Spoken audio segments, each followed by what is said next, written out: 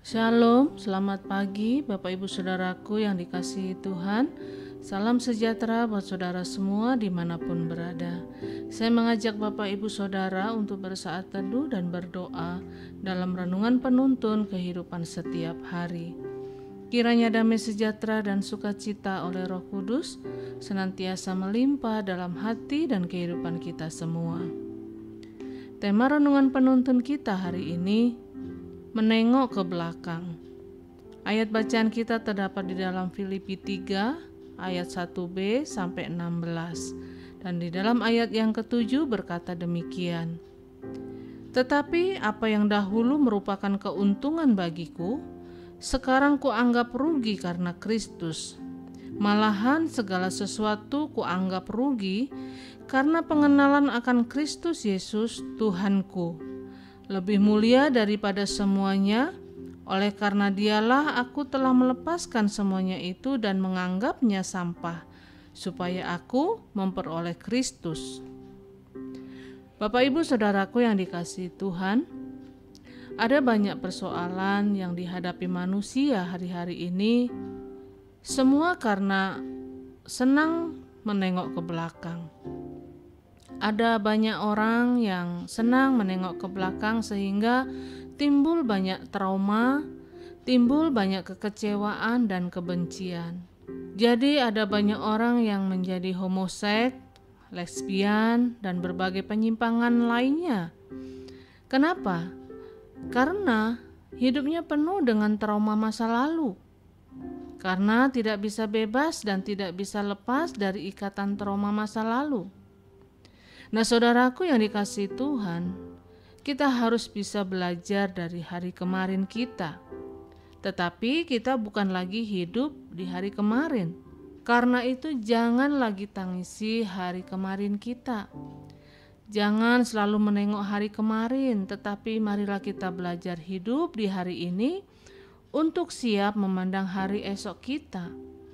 Belajar dari hari-hari kemarin dan tetap percaya bahwa Tuhan turut bekerja dalam segala sesuatu untuk mendatangkan kebaikan bagi setiap orang yang mengasihi Dia. Nah, saudaraku yang dikasihi Tuhan, hidup orang percaya itu jelas adalah hidup yang memandang ke depan. Mengapa hidup kita adalah hidup yang harus memandang ke depan?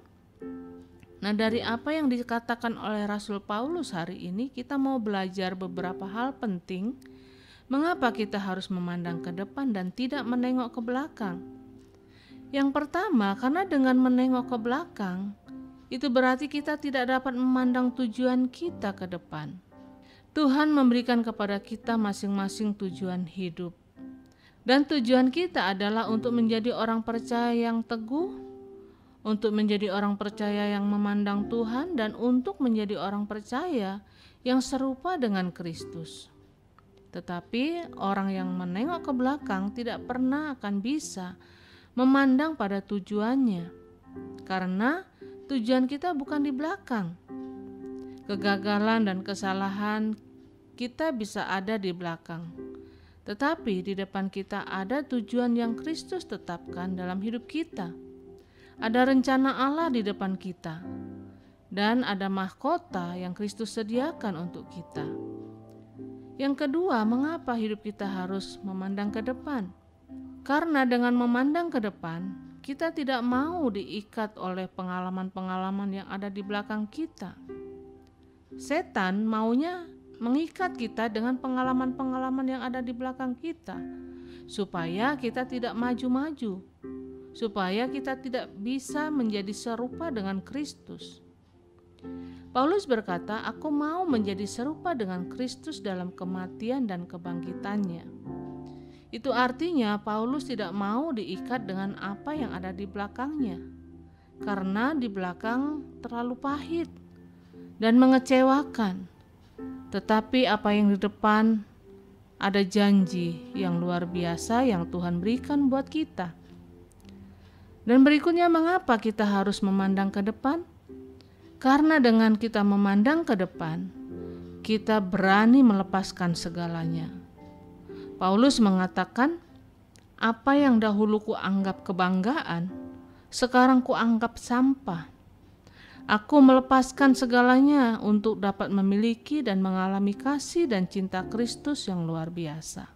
Dan yang keempat, mengapa hidup kita adalah hidup yang memandang ke depan? Karena dengan kita memandang ke depan, itu berarti kita menaruh iman dan pengharapan kita hanya kepada Tuhan. Kalau kita memandang ke belakang, kita akan banyak menangis dan kecewa. Tetapi kalau kita pandang ke depan, kita tahu rencananya indah untuk hidup kita. Iman kita akan kita ikatkan pada Kristus sehingga kita mampu berkata, Tuhan, aku tidak goyah dan aku tahu bukan soal apa yang sedang aku jalani, tetapi dengan siapa aku sedang berjalan. Apa yang sedang aku jalani boleh saja berat, tetapi kalau aku berjalan bersama dengan Tuhan, aku tahu tidak ada perkara yang mustahil. Karena itu Bapak Ibu Saudaraku yang dikasihi Tuhan, mungkin ada orang-orang yang mengecewakan saudara saat ini. Tetapi ingat, bukan soal apa yang kita jalani, tetapi dengan siapa kita sedang berjalan. Kristus tidak pernah gagal. Dia yang mengajar kita dalam peristiwa-peristiwa yang pahit dalam hidup kita di masa lalu. Tetapi Dia menyediakan anggur manis dalam kehidupan kita sehingga jalan kita selalu penuh dengan kemenangan dan sukacita. Amin. Mari kita berdoa. Bapa yang baik, kami bersyukur buat pagi hari ini, buat berkat firman-Mu yang boleh kami terima, yang kami mau jadikan ini menjadi penuntun dalam kehidupan kami sepanjang hari ini. Lewat kebenaran firman-Mu kami mau belajar sebagaimana Paulus melakukan ini, di mana dia tidak mau melihat ke belakang. Dia tidak mau membanggakan apa yang ada di belakangnya, tetapi kami mau sebagaimana Paulus lakukan, kami mengarahkan pandangan kami ke depan, kami berlari pada tujuan yang Tuhan sudah tetapkan, yaitu untuk meraih mahkota kehidupan dalam hidup kami.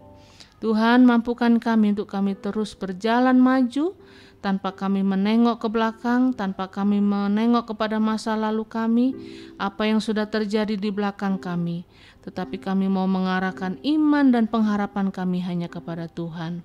Karena kami percaya di dalam Engkau ada pengharapan, ada janji kemenangan yang Tuhan sediakan.